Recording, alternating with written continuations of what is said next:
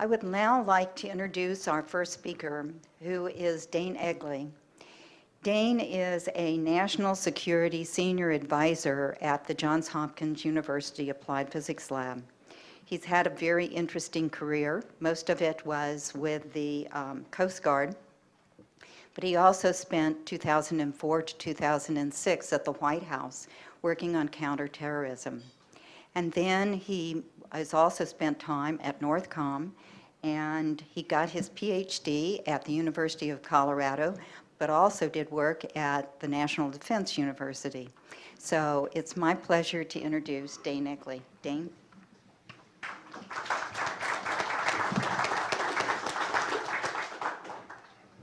Thank you, Mary, and good morning, everybody. Happy holidays. It's a pleasure to be with you this morning. Thank you for InfraGard providing the leadership to allow us to convene, and others as well. Today I want to talk to you about an issue that is central to this conference. How are we going to mitigate in the face of hazards that are upon us? We have a word up here, operationalizing, and that's really the theme of what I want to cast a general context for this conference, and that is, how do we implement, how do we operationalize, how do we quantify the impact of what we're doing? This week, I'll give you a sample of who I've talked with that will inform some of my remarks. All Hazards Consortium, working on the Eastern Seaboard to bring together the public and the private sector, owners and operators in particular. By the way, Google, Walmart, private sector, we find that we've got to have those people in the discussion, because 60 to 85% of the critical infrastructure is owned and operated by the private sector. DHS, Office of Infrastructure Protection, they are seeking ways to show impact. We have had a proliferation of policy, doctrine, guidance, and some of us have even written books in the past year. If you waterboard yourself for at least a 2-year period, you might come out with something that you try and stake out a position, which that book, Beyond the Storm, came out about a month ago. So, Office of Infrastructure Protection, they put together some of the smartest people on planet Earth to look at these nasty issues, and then they have congressional staff and DHS leadership say, what have you done for me? How have these millions of dollars we've invested come back in terms of operational impact, quantifiable, analytical rigor? Where is the outcome to what we've done? We have the National Infrastructure Protection Plan, we have the National Response Framework, we have PPD 8, we have PPD 21, we have executive orders. We have a sufficient amount of guidance, instruction, governance on where we should go and how we should do it. Met yesterday with Ron Hewitt, the Office of Emergency Communications, highly affected by any type of disruption that might occur in the EMP or other area. They're in CS&C. The question that came up, how are we going to operationalize this? I was at New York University last week with Bill Rausch and about 100 people who were affected by a certain disruptive event called Sandy. They're cataloging, inventorying, evaluating, analyzing, scrubbing, admiring, analyzing every angle of what Sandy did to the most densely populated area in America. You know what they ask? How are we going to make a difference? How is the money that we're going to invest going to make a difference? We invested $12 billion over 10 years before Sandy, yet we still had water in tunnels. We had a 14-foot tidal surge. We stood up to our knees in water to get into the vehicles and the buildings that we were supposed to be using. Something has to be done differently. I was on the phone yesterday with Austin, Texas. Texas wants to know, how are we going to operationalize these great concepts? Thank you for the NIP. Thank you for the National Response Framework. Thank you for an organization called NORAD Northcom. Thank you for executive orders, PPDs. Enough. What are we going to do? How are we going to show an impact? Could you show us the numbers? Oh, by the way, how are we going to optimize our resilient behavior in a resource-scarce environment? We can no longer continue to have a TSA-like response, where because people fly planes into buildings, we then form organizations where we look for knitting needles, box cutters, and fingernail clippers with an illusion of security. I was on the phone with General Wan in Hawaii. He is the single point for civil defense, homeland security, National Guard, and he's the tag. You're it, he's it. And he's got 8 islands. They have 1 airport with 1 set of airlines. They have 1 port with 1 set of cranes.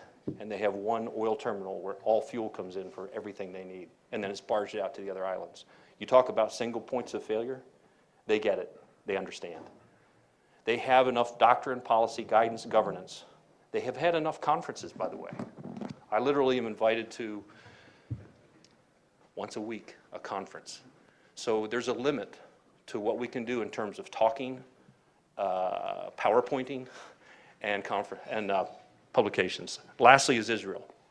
Spent a week in Israel recently, and they formed a new Ministry of Homefront Defense. And the question they ask in the academic, the IDF, as well as the new ministry, is how are we going to show an impact, because we no longer have infinite resources. We can't just throw money at the problem.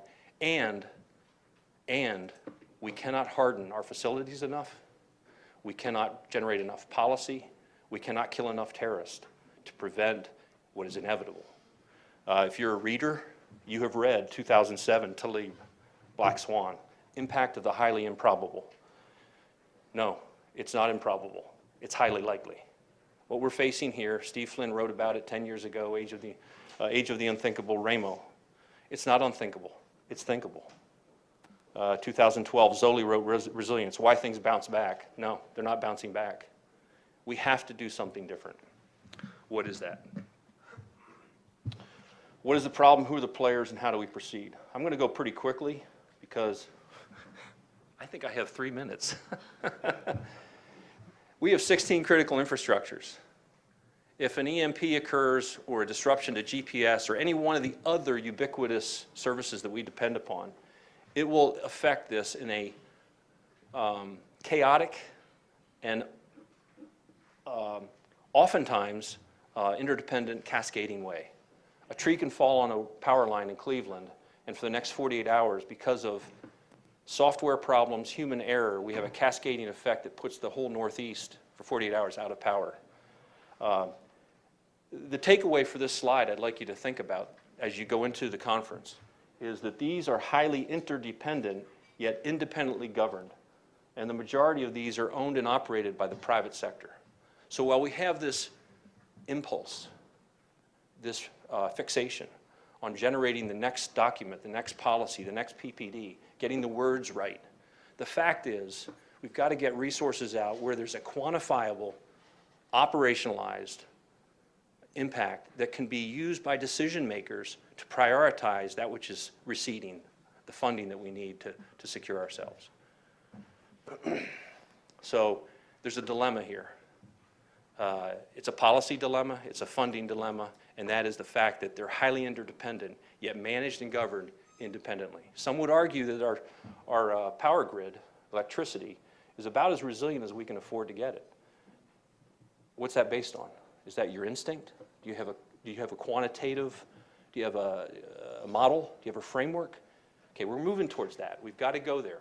Being from Johns Hopkins, I only get away with writing a book for 1 year and putting out a report 1 more year. And on year three, Christine Fox, now the deputy SecDef, former CNA, former CAPE, looks at us and says, show me the numbers. How are you quantifying this? How are you modeling this in order to make a decision? Okay. Why does it matter? To this audience, I don't need to dwell on this slide very long.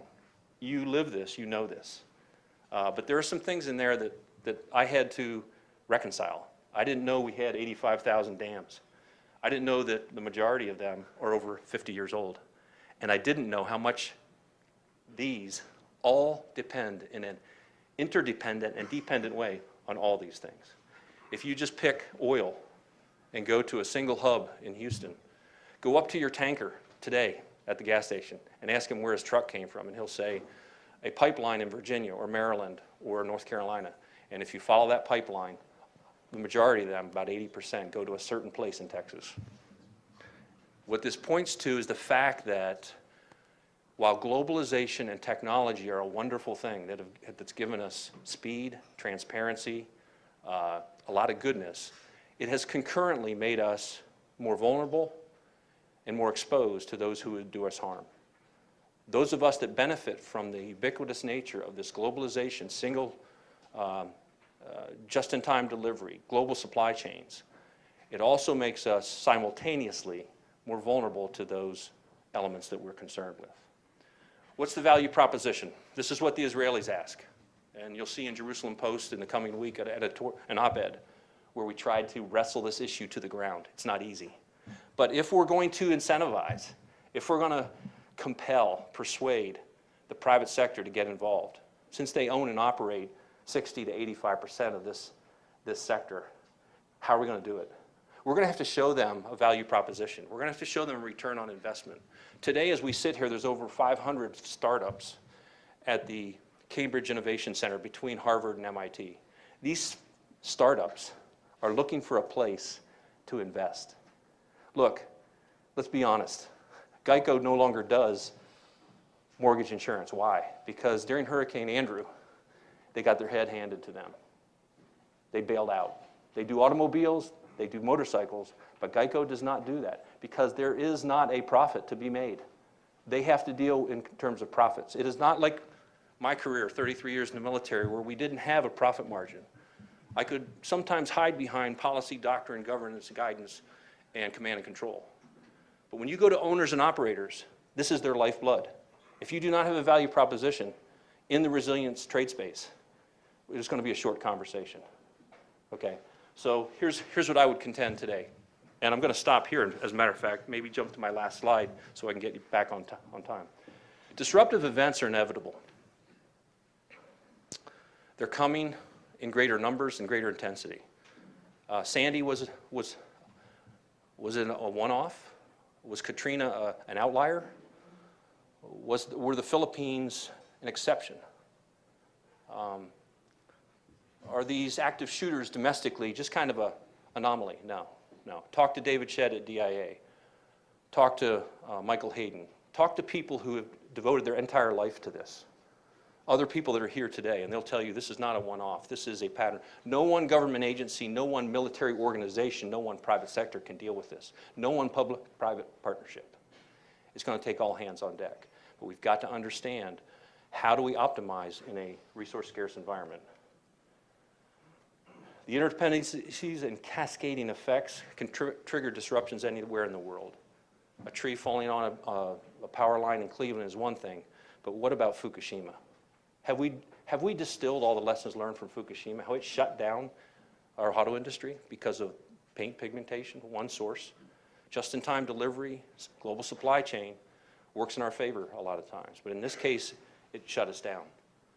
It can be something as simple as daycare centers not opening after Katrina. The shipyards in Pascagoula were ready to open, yet 50% of the workforce didn't show up. It wasn't about a pandemic. It wasn't about Northcom putting out more doctrine. It wasn't about the White House polishing their PPD 21. It was about daycare centers not opening in Louisiana. Their workforce didn't show up because their kids were not being watched. If you follow that cascading trail, there's some very interesting implications. We need to embed resilience as an active virtue before, during, and after. A lot of people cogitate, debate, well, that's not my definition of resilience. Here's what resilience is in our research, what we found. Anything you do, before, during, or after, an inevitable event, to make yourself better in the recovery or simply to withstand what's going to happen in the future. It can be very broad and very open. That's where we have to go, in our opinion. We have to show the economic return on investment. Market competition is going to be influenced, and the areas that people are going to go to in business and in markets and real estate are going to be places that are not only secure, but demonstrate the attributes of resilience. Globalization, natural disasters, demographics, terrorism, aging infrastructure. And I thought it was interesting, the Israelis say that if we shut down physically or economically, the enemy wins, or the storm wins. So their imperative is do not shut down.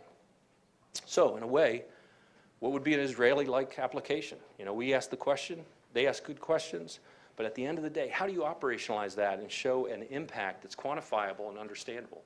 If you can't present to a congressional committee, to a DHS leadership, to my leadership at Johns Hopkins, to General Jacoby, a quantifiable, measurable impact, not just qualitative, but quantitative, we're going to be folding up our tents, I believe, and go into the next issue. Resilience has been out there for a long time. We have to operationalize it. So with that, I'm going to jump to this slide, which shows 11 mega communities. Over 70% of our GDP, over 80% of our population are in these 11 mega communities. How well do we understand the interdependencies and dependencies? And with that, I'm going to jump to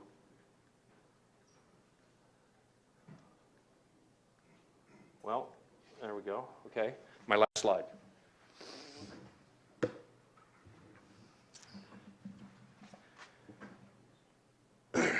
Oftentimes what we do is we're given $34 billion in UASI grant money. And for 10 years we decide which Humvees to buy, which proximity suits, and which cool toys. Hey, if I'm in the Port of Long Beach, I might even want underwater surveillance. I'm not sure why I need it. If there's no threat assessment, maybe no analysis to support it, but it would be cool to have it. $34 billion later, we've done a lot of action. What we would argue is that on our way to this quantifying, operationalizing impact, how are we going to execute? We have to start to do analytics.